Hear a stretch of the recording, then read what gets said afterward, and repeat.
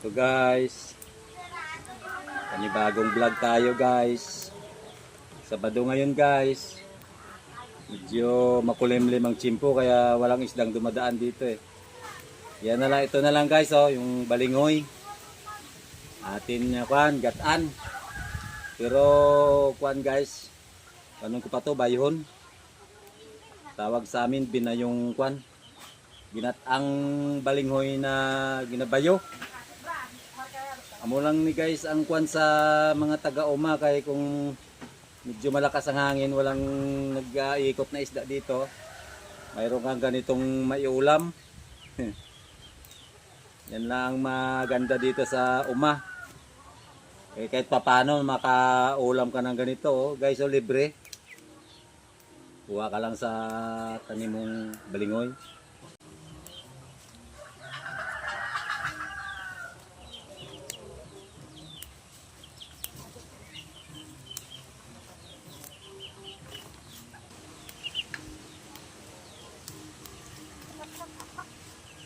Ito na guys. Tapos siya guys, kuha sa tangkay, hugasan natin maigi. Kasi minsan may mga nagakapit na mga insekto. Isa-isahon tagid siya. Pagkatapos nito guys, bayhon ko na dayon.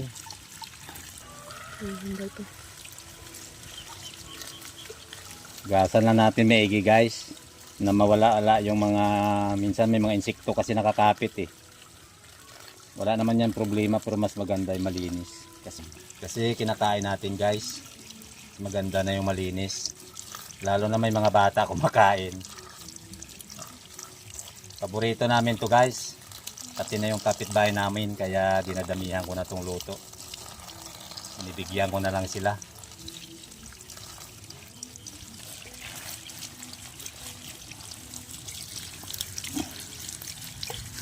Yan, ganyan guys. Yan lang guys ang paghugas oh. Hindi naman siya tumapanto kasi mataas naman siya eh. Yung mga aro-alikab. Running water ah. Running water mas masarap. Yan. Ayos na.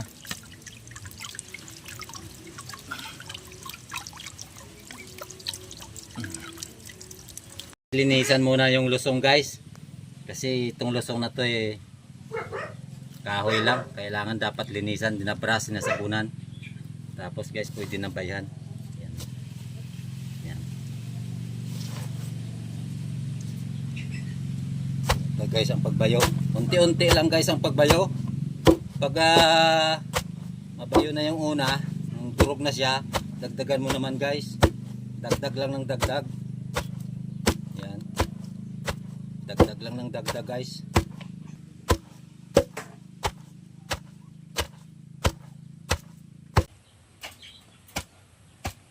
Dagdag na naman ako hanggang sa moob.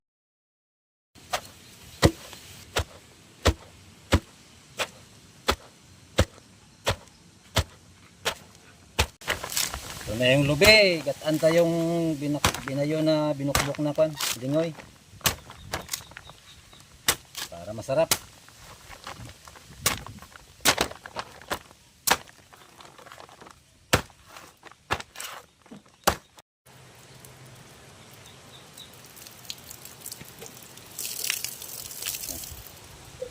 Ito na isang piraso guys ah. Kasi malaki naman siya.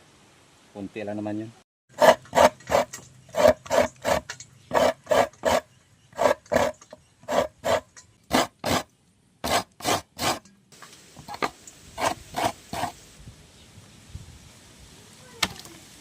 Punta pag-gisa ni. Mantika una na. Pag-isa guys, unahan muna ang luya. Yan, luya muna.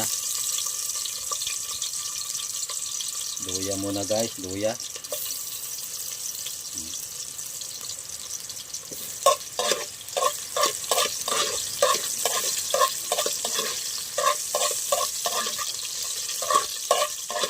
Hindi sumama ako. Pag golden brown. Hintayin natin guys mag golden brown ang luya. Pag golden brown ang luya guys, yan. Sunod natin yung isang tabi muna natin guys. Sunod natin yung sibuyas. Sunod natin guys yung sibuyas. Pag pula-pula naman guys ang sibuyas, isunod natin yung bawang. Yan. Bawang.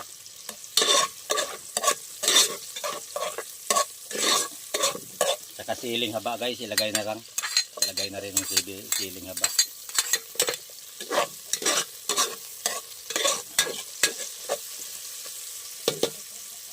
Tawag ngayon yung isdang kwan, dry fish. Dry fish guys. Dry fish. Yan, yun lang. Kasi nandito kami sa umay. Balinghoy nga binayo. Binokbok nga balinghoy. Igisa-gisa muna natin siya guys. Igisa-gisa muna natin siya nga ng do as in maluluto siya basa pan sa katas niya. Yan. Gisa-gisagin natin siya. Yun na absorb na siya ng katas ng kwan natin mga rekado. Medyo nabasa na sa guys. Ito guys, ilalagay natin yung gata. Ito. Yung ikalawang piga ng gata to guys. Ikalawa muna to. Luluto muna natin sa ikalawang gata.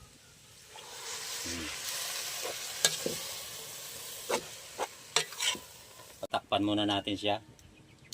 Yan.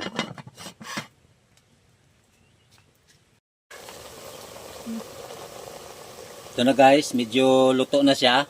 Kaya na natin yung unang gata. Yan.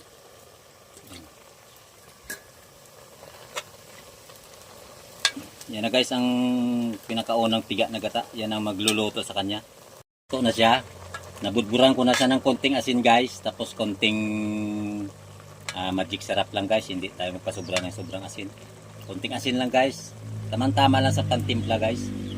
Konting asin, konting magic sarap lang. Yan lang guys. Ito na guys. Luto na guys. Sa wakas guys, luto na. Tikman natin guys. Sarap talaga ang balinghoy na may gata. Tapos binukbok siya.